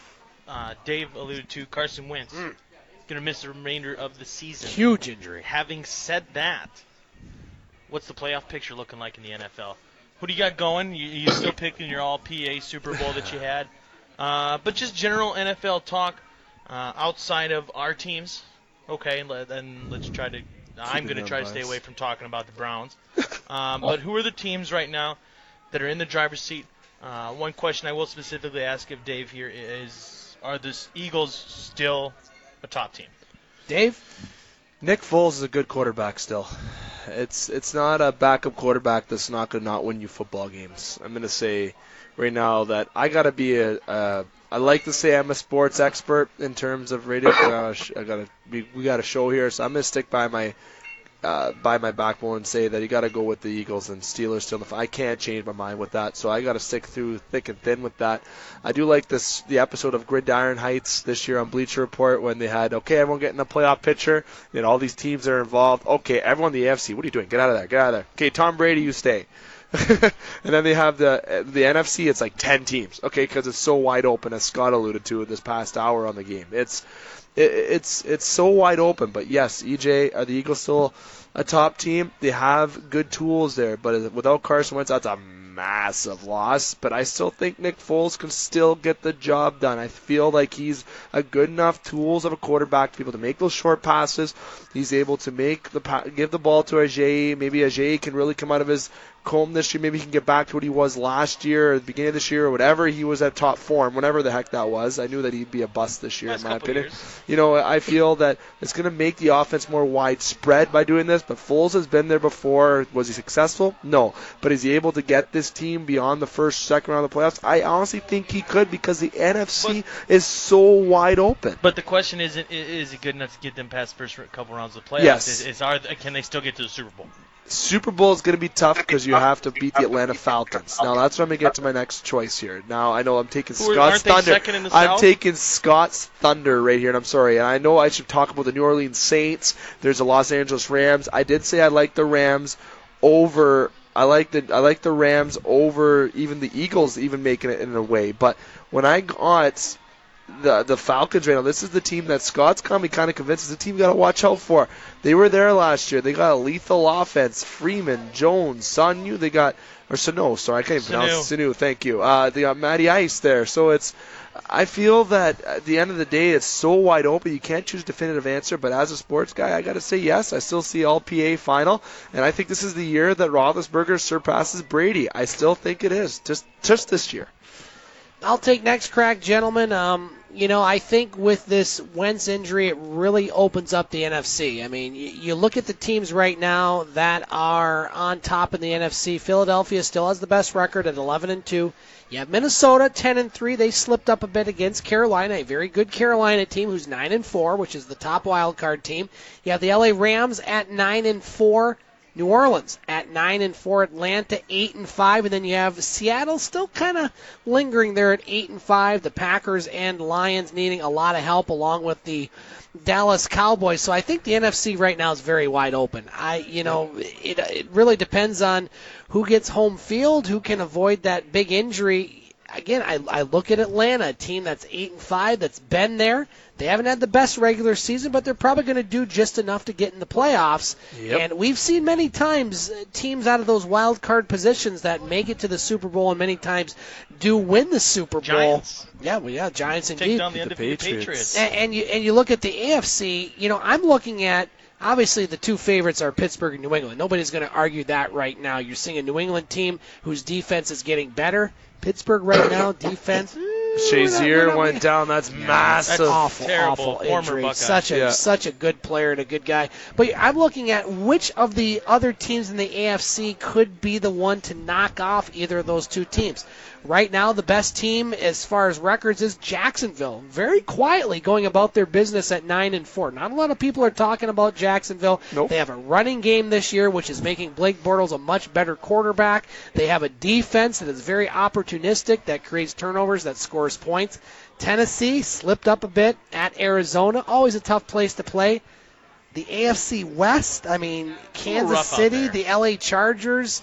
Kansas City at home looked pretty good against the Raiders, who can't play in Kansas City, obviously. Fournette, though, in Jacksonville. That's all I got to say. I've said that since week one. Here's My question about Jacksonville. Is Blake Bortles an elite quarterback? No. No, he's this not. Year. This year. No. This year he's a good quarterback. I wouldn't put him in the elite department. Nope. But, to me it looks like Pittsburgh and New England. I'm looking at any of those other teams that could knock off either one at this point. I don't think so. The Pittsburgh defense scares me a bit as far as all the points they get, but they're tough at home in the playoffs. But Davis, your thoughts on EJ's topic, the NFL, and just in general? Oh boy, that's kind of a tough question there. All the injuries. You got to speak of the guy number 50 on Pittsburgh there, that they had the signs and everything out there for him. That was one major concern for Pittsburgh, and they don't look the same on defense. Harrison coming out there, and it was kind of a smorgasbord of confusion and a whole heck of a lot of times for Pittsburgh. So you kind of watch on that particular game. Their schedule gets harder. It doesn't get smarter there. It gets harder. On the San Diego Chargers, we have not made a mention of them at all there. And they're putting themselves in the position that on the last day of the season, they have a very good opportunity to get in the playoffs, with Oakland losing and Kansas City finally winning a game there. That should be something to kind of hang your hat on there. We go and we don't talk about other divisions as well. We talk about the NFC. Right now, I looked at the Eagles being a very unique team. Foles coming in there, and he does the job that many think he can do. The Eagles won't lose any steps. Minnesota right now looks like the best team in the NFL, probably by none. Their offense, their defense is very consistent. They're doing things every single game to harass teams or give teams a flux as far as being on offense is concerned. That is a very sneaky team. Atlanta, look at them, and maybe a comeback with them as far as maybe the Panthers, who also won yesterday, boys and girls. Those teams, Atlanta, New Orleans, as well as the Panthers there, as well as the Falcons. Okay, I think I got them all in, and the Saints. They all got to play each other up close and personal there. So that particular scenario is going to change. Seattle is another team right now. That scenario is going to change. They lost a very good team yesterday in Jacksonville there. Jacksonville is the sneaky Pete of the league here right now. And I'm looking at them being in the playoffs as well. So I said after Thanksgiving, that's where we can do some talking. And again, I'm right, boys and girls, that, after Thanksgiving, a whole heck of a lot of talking going on, especially with injuries, who can make it. We haven't said one word yet about Aaron Rodgers. I saw the press conference today. We probably won't hear about it till Friday, that he will be available to play this Sunday. Let's go to E.J. Russell here at the Wicked Sister. As far we had a little... There we go. We had a little technical glitch there, Butch, as the snowy conditions playing havoc on some of our equipment here, but I think we're back. We were able to hear you on the Skype broadcast, which is good. So, Dave, watch, be careful over there. EJ, let's get to your comments on your topic. And I'll be honest, I'm a little mixed up here. I kind of lost where I was at here, but we're back. We're on. The good news is the recording still was good, so we're all good. I just want to go back and look at the Pittsburgh Steelers real quick. And are they not the most complete football team outside of maybe the Minnesota Vikings this year? No. 505, 506, whatever, passing yards out of Ben Roethlisberger yesterday. But Le'Veon Bell is one of those premier running backs in the NFL. He got 2 rushing touchdowns, but also got a receiving touchdown in that game. Of course, you got guys like AB, number 84, Antonio Brown, getting his touchdowns, his touches as well. That's all. But Pittsburgh is just finding a way offensively to win football games, and you got that team, the Triple Bs, and they look borderline unbeatable. The Ravens exposed them defensively a little bit last night and put up some points on them. But I think you said best, Pittsburgh really plays differently when they're in the playoffs and plays differently when they're at home. They are tough to beat at Heinz Field with the terrible towels waving. Jacksonville, their defense has been the story of the season. I think they got 4 different players on that defense that have 6+ sacks. And that just shows you that they're getting contribution across the board. So it's not just a couple of guys having great years. You got guys like Calais Campbell going out there getting a lot of tackles and sacks for that defense.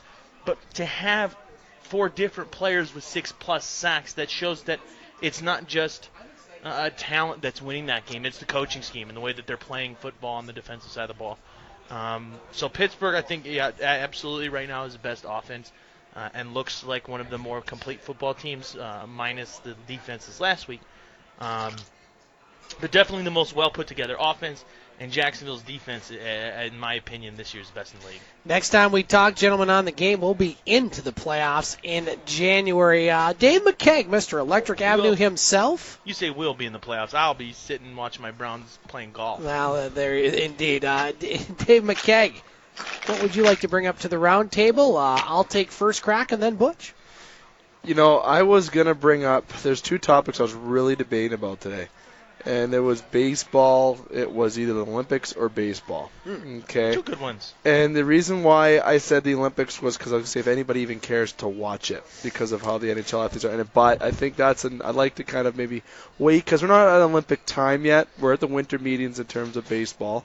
I said to you off air, Scotty, the 4-letter word, the H-A-T-8, T-A-E. Wow. H-A-T-E. Is that the Canadian spelling? With the New York Yankees getting Giancarlo Stanton, the Devils of baseball, striking again. Winter meetings thoughts. Winter meeting thoughts. What do the Blue Jays have to do? What do the Tigers have to do? Why? Every time it's either someone's going to Boston, New York, or San Francisco. Why is this a reoccurring thing? It's just baseball. We'll go with a little bit of baseball talk. First of all, and Butch and I touched on it in the first hour, I want to get to the Hall of Fame from a Detroit perspective because I was very, very happy to hear that Jack Morris and Alan Trammell made it to the Hall of Fame. However, I don't know, and again, congratulations to both those guys. Did they deserve it? Yes. However, Lou Whitaker, to me, growing up a Tigers fan, I was 10 years old when they won the World Series. And, my 2 guys, Butch, on that team, of course, Gibby and Morris and Trammell. My 2 guys, Lou Whitaker at second base, Chet Lemon in center field. 2 very quiet, they didn't go out and, try to seek the limelight, but they were a heck of a baseball pair. And the fact that Lou Whitaker didn't make the Hall of Fame and Alan Trammell and Jack Morris did. Again, nothing to slight those guys, but I think Lou Whitaker deserves to be in there. I don't know if he's going to get in there now because of this, but I think he needs to get in there. To get to your comments about the Yankees, again, did they break any rules getting Stanton? No, they didn't. Okay, and But that's because they refuse to allow salary cap rules. But you know what? And until baseball changes that, and I'm not saying that they shouldn't change that, but I'm not a Yankee hater. I'm not a hater of the. I know, and I get that, and that's why we have differing opinions here. But they're not breaking any rules, and you know what? Despite the Yankees being this all-powerful team, they haven't won the World Series in a while. Other teams have. Kansas City's won without a big payroll. Houston hasn't exactly had a huge payroll. They won this past season. They're going to win next year. Yeah, they probably will. As far as what Detroit needs to do, I mean, they need to do a whole lot, which we'll get into during the offseason. But I don't have that much of a problem with the winter meetings, with teams going out and purchasing these superstars. Is it fair? Maybe not, but you know what? The rules are the rules until they change those rules, like the NHL did when the Detroit Red Wings and other teams were the ones. Leafs were part of those teams. And now you see it's a little fair. The NHL, I think, has done a good job with that, instituting the changes they have. But as far as baseball, you know what? It's the way of the world, and the big boys will get the big players, and so on and so forth. But Davis, your thoughts on Dave McKegg's topic, my friend? Yeah, I reiterate on baseball again. Excuse me, there's a whole lot of things they're going to have to do right. And number one, I think, again, is the Lou Whitaker situation. You spoke for all of us on that particular one. I'm not going to reiterate with that one anymore.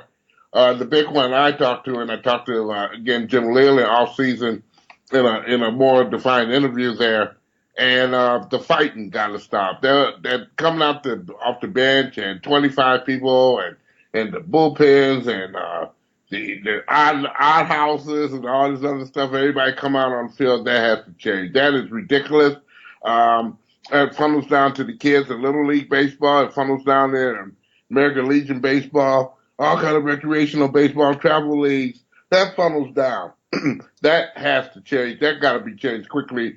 And again, the rule I propose is the 9 people who are playing in the game. If it's necessary for them to go on the field, those are the ones who go out on the field. Everybody who leaves that bench will get suspended, along with a nice little hefty fine. That is not a hard thing to do because, again, you got cameras everywhere. You can point out who came off the bench, who wasn't supposed to. That goes for the bullpens, too. If they're in the outfield, stay where you're at. Only the starting people belongs in that game. That excludes the pitcher. The pitcher in the American League normally has a designated hitter.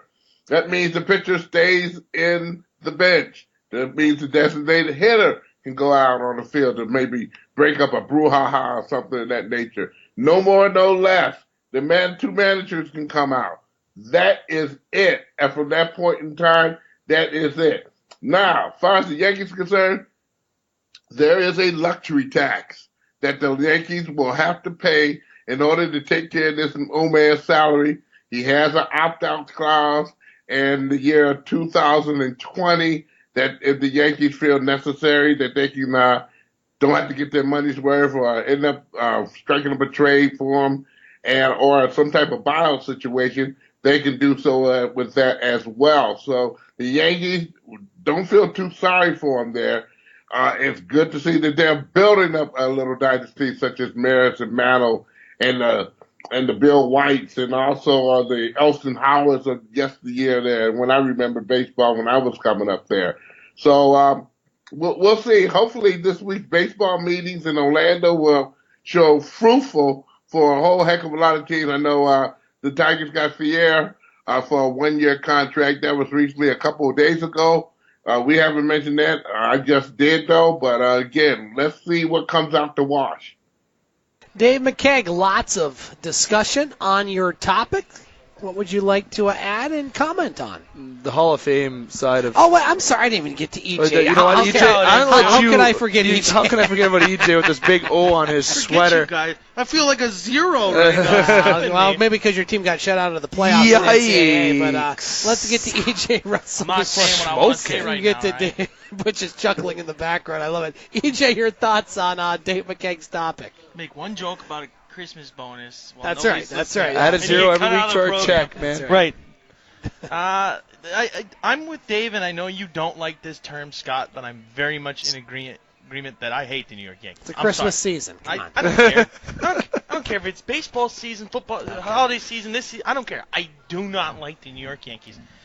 And as far as because they win. No, it's because They haven't won a World Series in a while, guys. They don't win They all haven't, the time. but when was the last time that they went out and made a move like this? Okay, and one issue that I do have with this move is who's one of the newer owners for the Florida Marlins? Anybody? Derek Jeter. Derek Jeter. Oh. And his first big Yes. move is gonna to say trade Pitbull, but- Giancarlo Stanton to the Yankees. So you have people asking the question inclusion. I think that Derek Jeter has been a class act for a long time, so I don't think that that's there. Great cologne, I might But add. I don't wear his actually, stuff. They can't find it anymore. But it's just I don't like the way that it happened. I think that this is the first time since Mantle and Roger Morris. Maris and Morris. Morris, thank you. Roger Maris and Mickey Thank Mantle you, that Morris. that the top two home run leaders in the league are on the same team. And of course, again, it is the New York Yankees doing it. I like Giancarlo Stanton, but now I can't root for him because he plays for the Pinstripes. The one big move that no one here has mentioned yet, and excuse me if I'm mispronouncing the name, is Shohei Ohtani, Yes. the Japanese pitcher, signing with the Los Angeles And Angels. just made a hitter. Huge. He's Babe Ruth. You hit any pitches. Right, and that's why you're stealing my thunder here, Dave, Sorry, because sorry. the Angels have come. There's rumor that on the days where he's not pitching, he may be their designated hitter. It is fact. And I think that is one of the coolest stories in Major League Baseball this year. And if I'm mispronouncing his name right now, I guarantee you that come baseball season, everybody's going to know how to say that name. Watch out for him next year. Shohei Ohtani. You got that There you right. go. Dave McKeag. Now we'll Thanks go for to my you. moment. No problem. I'm glad you got your moment, EJ. Dave McKeag, your thoughts on your own topic. That zero turned into back to an Ohio State Buckeye logo. But Wow. Thanks, buddy. at the end of the day, when it comes to that four-letter H word that we talk about the Yankees, I just teams that win. I don't know what it is. Certainly you don't hate the Maple Leafs then. Oh, ouch. Sorry. See I went there. this Probably kind loves of the goes to Browns. baseball. Oh, it's Otani going. Otani. Wow. Ohtani? Otani or I think I'm Otani. saying This it name's right. gonna get butchered so much. Like a personal problem. See, that was a big move. That was honestly a big move, and I like how he went to the Angels and not the Yankees, Yes. not the Giants. He went That was the somewhere. best part. I think he probably liked California. I think who wouldn't like California from the Japan? Well, why wouldn't you go to the Dodgers then? Got a lot of fires good in point. California. Good I don't know point. if I want to go Good there. point, actually. But this kind of begs the question where I would love to see a salary cap or something issued in the world of baseball.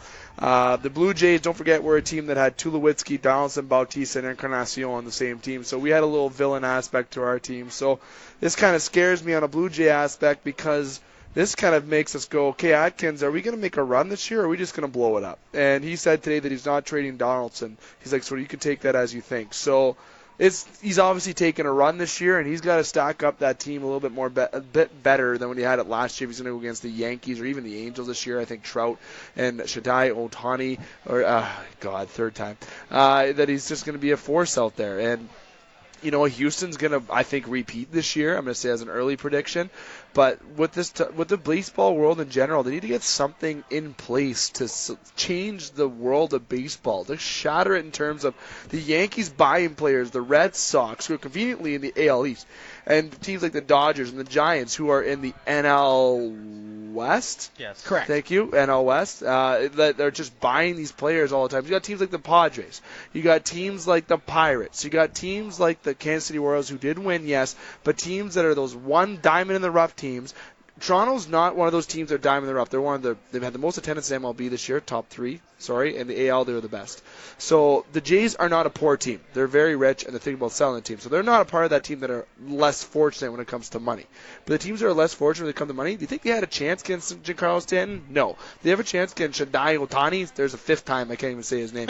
Do they have a chance of getting anybody out of the free agency? No, because everyone goes to these teams because they have the money, and it's a business. And MLB has to get something in place to make it better for the fans and more exciting. Who do you have for the World Series next year? The You got Cleveland Indians. No, you don't. Houston Astros or the New York Yankees on one side, or you got the Dodgers and Cubs. Thank God for the Cubs. I have a soft spot for the Cubs on the other side. But you got the Yankees who are probably going to make it and probably maybe win it this year if it's not the Astros. So the MLB has to get a spot in place to make this more fun in the world of baseball. I'm not saying that's a Jays fan because we have money. We can buy Ohtani. We can buy Giancarlo. I just think for everything to be equal, it makes the sport more exciting. But how do you, if you're Major League Baseball, I'll put this up to Butch here, is if you're Major League Baseball with as much revenue as the Yankees bring into the league, how do you implement a salary cap? Final thought, Butch, before we go to my topic.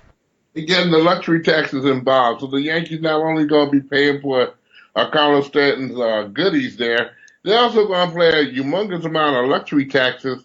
Some go to tax itself, and the other goes to the MLB, who basically will get richer and not poorer.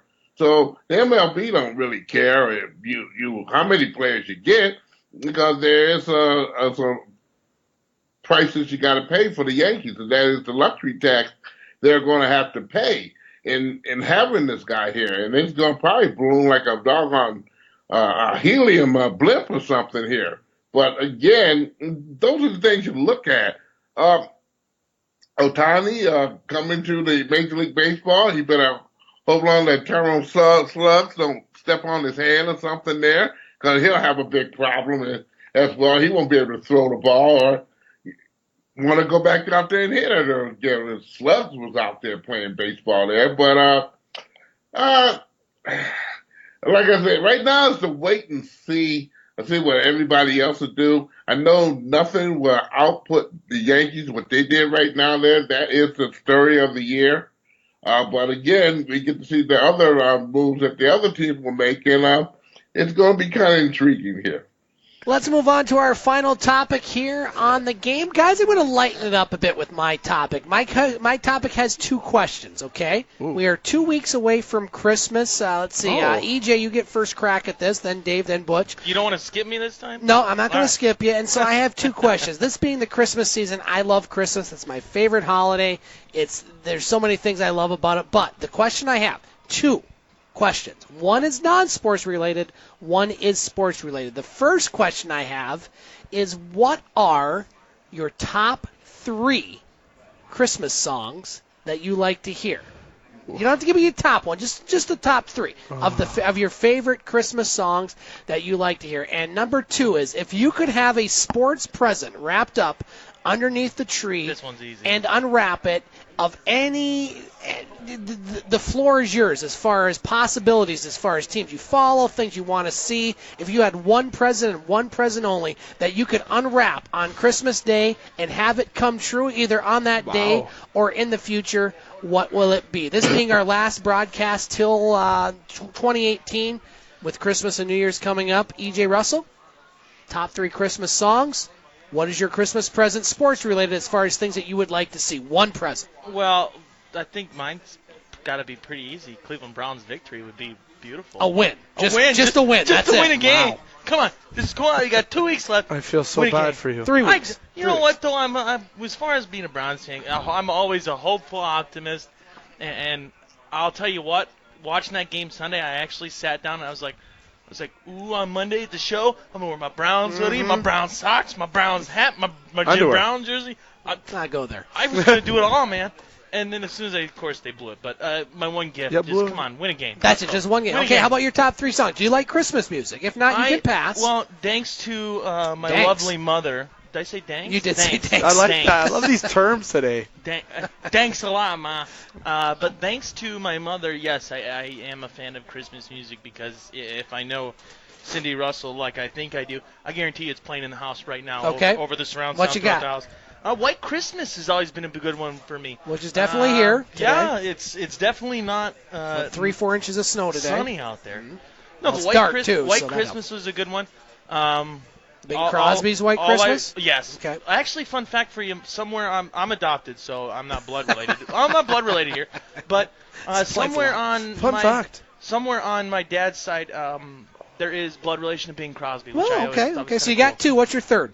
White Christmas is number 1. All I Want for Christmas Is You by Mariah Carey, just because I think she's a good. dime. Wow! Just because she's a I'm dime. done. I'm out. I always tell my girlfriend, if I ever cheat on you, it will be with moving on to number 3. Jeez. He has no worries there, trust me. And then number 3, you got to keep it classy. Let's go Jingle Bells. Okay, Jingle Bells. Dave McKay. Jingle all the way to a win this year. If you had one present underneath the Christmas tree this holiday season, sports related on things you would like to see, what would it be, and what are your top 3 Christmas songs? Or holiday songs, if you will. I'm going to go songs first, if that is okay with you. You can do whatever you want. This is number 1 now. You guys are going to shake your head. Busta Rhymes and Justin Bieber's Drummer Boy. Oh. Very good. Listen to it. Oh, God, he nailed it. You can see the look on Butch's face. It's classic. They actually did good on that tune.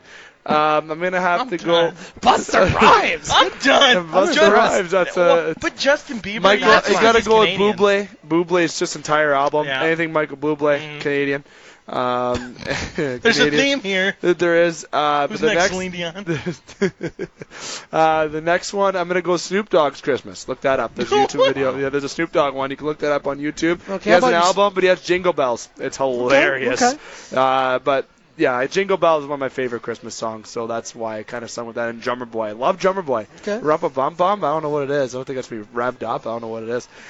Christmas gift underneath the tree. You, Scotty. There's so many things. I want to say fantasy football related. I want to say sport. I know so. I only get one. I want to go with. If I had to go with a gift, I want to go with an Austin Matthews signed jersey underneath the Christmas tree. That's it.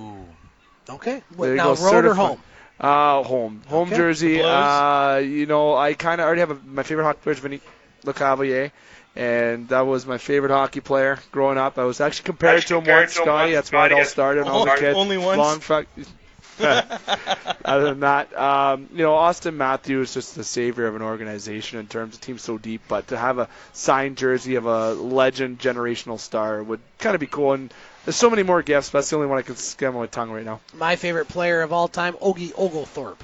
Butch Davis, your Yeah, favorite. young We blood, just buddy. watched Slapshot over the weekend, Butch, I got to say. Butch Davis, your top Slapshot, 3 sorry. Christmas Thank songs, you. and what present would you like sports-related underneath the tree this holiday season, sir? Butch is dying over here. We got to get him in.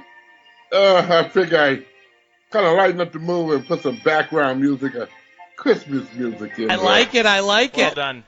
How the Grinch Stole Christmas. That's my favorite tune right here that's playing right now here. I'll kind of soften up the music. That's the kind of soften up the mood Very good. Very good. that's coming on here, which everything screws up when I touch it here. What's the other two? Whatever your top 3 holiday songs, Christmas songs, and then what present would you like underneath the Christmas tree, sports-related, that you would like to see or have? I made them maids and milkings or whatever it may be. Yeah, throw them ladies under there here. That's 2. What's the other one here? Whatever you want, Butch. How about you said the 12 Days of Christmas, Little Drummer Boy, you want him? Yeah, and this one I'm singing right now, I'm doing right now, there, the Who song here, man. One of my favorites of all time here. Very good. Now, how about a present underneath the tree? What you got for us there, Butch? Those are the maids and milking here. How about those maids, aren't you? Yeah, what else did you ask me here? Totally forgot. How about a sports present underneath the Christmas tree? What would you like to see as far as the world of sports or have? I need new skates really here. The ones about ready to complete here. Although I skate, on a recreational basis now instead of playing hockey. I can use some new skates here. But please, bring the maids and milkings first here. You know what I'm saying here? I got you, Butch. Yeah, I like it. I like it. I'll get to my own question, gentlemen. First of all, songs. Christmas song. You stole one of You're mine. welcome. I didn't think you were going to go Mariah Carey. All I want Just for 'cause she's Christmas so is you. good I looking. think of you guys different now, just so you know. That's one of my running songs, actually. That's on my playlist on the tread. It's a great song. It just has a good beat. It's Mariah Carey. I mean, Okay. come on. Okay. All right, cool. I don't listen because of the No music. judgment. I'm going to go a little off the grid on this one here, and please save your comments for after the show. Last Christmas, you probably heard the song, the Wham version by George Michael. Oh, so No, I actually good. didn't hear that. So good. George Michael, oh, rest in peace, so good. Didn't hear that, actually. And the number 3 song in my top 3, Band-Aid, Do They Know It's Christmas? It was made there back in 1984, back before you guys were Wasn't born around. until 91. I was a young man. You had members of U2, Duran, Sting, you had all those guys all trying to help those hungry folks in Africa. Respect. Do They Know It's Christmas by Band-Aid. Now, as far as presents underneath the Christmas tree, I'm 43 years old, I will admit that, and I've seen in my life one playoff victory by my beloved, yet sometimes scorned Detroit Lions. Back in 1991, I was a junior in high school when that happened. It was a great day. They beat Dallas 38-6, at the Silver Dome, which finally did implode, by the way, guys. This just in. Part of it imploded. Can I get one more playoff victory? Is that too much to ask? Yes. Is that, Butch, is that too much to ask right now? One more Lions playoff victory? Not at all here, but you'll be waiting to get out and push days here in 2022 before you get here. So I hope it's that soon the way this team's going. That's for the maiden milking here. I tell you right now, that's a gift that keeps on giving here. Yes, indeed. Yeah, you're going to be getting the maids of milking before I'll be getting a Detroit Lions playoff victory. Gentlemen, let's get to our thumbs up and thumbs down for the week. EJ, we'll go to you first, then Dave, then Butch, then myself. So, EJ, what would you like to, as far as your thumbs up and thumbs down for the week, sir? Mine's pretty simple. Thumbs up, Josh Gordon. Scoring his first touchdown in front of the Cleveland fans, and since, 2014? Yeah, been a few about years. 3 years removed. But still showing the critics that man can play football. He's, in my opinion, when he's on the field, he's the best player in the National Football League when he is on the field playing the game he loves. Thumbs down. Should call it thumbs brown. Thumbs brown. We're gonna stick with that. Is Hugh Jackson? Thumbs brown. I love that. I'm gonna start changing that part to thumbs brown as long that. as they don't win. But Hugh Jackson, I mean, come on. You're up 21-7 in the fourth quarter. Win a football game. Just finish it off. Why? I mean, why do you have to lose that way? So, thumbs up, Josh Gordon. Thumbs down, Hugh Jackson. Dave McKay, your thumbs up and thumbs down for the week, sir. I got to go with the thumbs up first. Obviously, Toronto FC. I was hoping you were going to say that. You stole my thunder. That's got to go that route. I was going to bring it up as a topic, but to see Toronto win after losing last year, they bought a lot of players. Speaking of buying players, my old topic in this round table. But the Toronto FC is an exciting team to watch. Good for the city of Toronto. The Argonauts just freshly won in one of the best Grey Cups in history in terms of just being the Canadian. The city of champions, Toronto. Right all of a now, sudden. the Raptors and Leafs just have to win this year. They just have to win this year. Then the Blue Jays have to somehow get by the Yankees this year, or those Astros, not the Indians, because the Indians aren't a problem at all. You only have the current Cy Young Award winner. But thumbs up to the Toronto FC, and obviously thumbs up, to the show in this 2017 year. I'm saying no thumbs down, so I'm going 2 thumbs up. I'm going to go thumbs up to this year. It was a great year, great ascending year for the show. The listeners, hope everyone enjoyed and have a great holiday. And then 2018 is going to be a massive year for the show. So I got no thumbs down, all positives around. Very good, Dave McKay. Let's go to Butch Davis from the Telegram News and Butch on Sports. Butch, your thumbs up and thumbs down for the week, sir. Oh, boy, thumbs down. Thumbs down to Daffy Doctors who dealt with that injury quota of concussions there. Again, they all should be fired. They all should go. Including the doctor on the sideline who put them back in there. That was nasty. They got to clean that on up there. So the Daffy Doctors and film guys, they all should get a pink slip and maybe a couple weeks stay here before Christmas there and let them go. The thumbs up, boy, that's pretty doggone hard. I would have to say give that thumbs up to Toronto on the soccer game this past weekend there. It was a pretty amazing all the way down to the bitter end, and the goal gets scored, and a beautiful goal that is. And I have not seen a person go down the field and passes on foot that crisp in a long time there. And that goal was strictly tremendous there. Congratulations to Toronto, and hopefully do not burn down the city here like they burnt down the stadium. That's it right now for me right now. Very good, Butch. I'll get to my thumbs up and thumbs down for the week. You both mentioned Toronto FC. Nice story seeing them win the MLS Cup. Somebody that loves soccer like myself, still trying to get warmed up to the whole MLS, but cities like Toronto and Seattle and some of the other ones, Columbus being an example of a city that supports this team, and it was really fun to see those fans and their exuberance and many people watching soccer for the first time, again, continuing that growth, which I hope continues because Canada, U.S., and Mexico will hold the host the World Cup in 2026, so at least we're guaranteed the U.S. to get in that World Cup, unlike the one coming up next year. I also want to give a personal thumbs up to my youngest son, Liam Nason. We've heard my oldest son on certain basketball broadcasts here locally during the halftime. Well, my youngest son, starting fourth grade basketball this season, has an interest, so he joined me Friday night in Brimley for the girls' game against Cedarville. Had a halftime segment where I asked him about the game. He did absolutely great. He sounded fantastic. I couldn't be prouder as a father of my two sons. So thumbs up to Liam Nason for a great radio. That's right, radio debut at the age of 9. And thumbs down to, well, the continuing saga of the Ball family, as it appears that the two youngest sons of Mr. LeVar Ball, LeAngelo and LaMelo, they're going to be playing, apparently, potentially, in Lithuania, of all places, as, of course, the oldest of the two left UCLA, who lost to Michigan this Saturday, and apparently they are in serious discussions to sign with the Lithuanian pro basketball club Prienų Vilatilos. Oh. Of course, I'm in my that's the top team. Ohtani was hard.